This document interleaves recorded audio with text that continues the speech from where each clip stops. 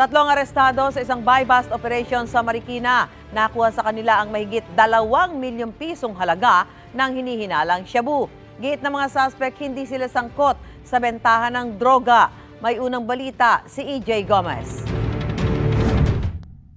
Di na nakapalag ng makorner ng mga pulis ang tatlong sospek sa pagtutulak ng ilegal na droga sa Marikina City. Nagpanggap na buyer ang isang pulis sa ikinasang buy-bust operation sa Singcama Street, Barangay Tumana noong Huwebes. Sa kanila mismong bahay na aresto ang 2 lalaki at isang babae na pawang mga residente ng Barangay Tumana. Isa raw sa kanila ang dati nang nakulong dahil sa ilegal na droga ayon sa pulisya. Umabot po kami ng 6 na buwan sa pag-monitor dito sa ating mga suspects. Mula po ito nung lumabas itong isa, ay minonitor na po natin siya. Tinignan po natin kung siya ay babalik sa pagbebenta ng illegal na droga or aayusin niya na yung kanyang buhay.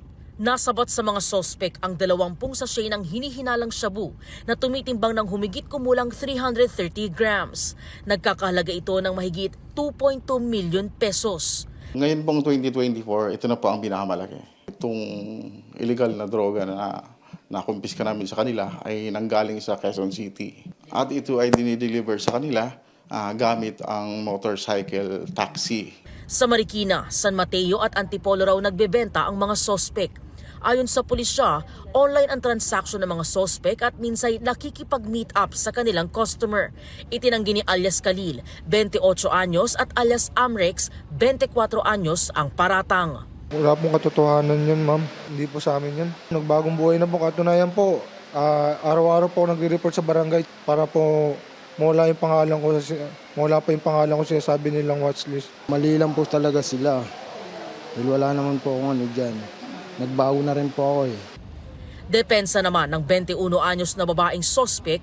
Hindi naman talaga ako yung involved dun sa drugs na yun. Siyempre ma'am, masakit kasi may naiwan po akong mga anak sa labas. 2 po, mga bata pa.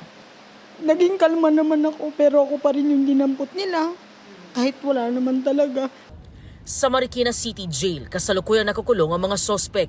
Mahaharap sila sa reklamong paglabag sa Republic Act 9165 o Comprehensive Dangerous Drugs Act of 2002. Ito ang unang balita.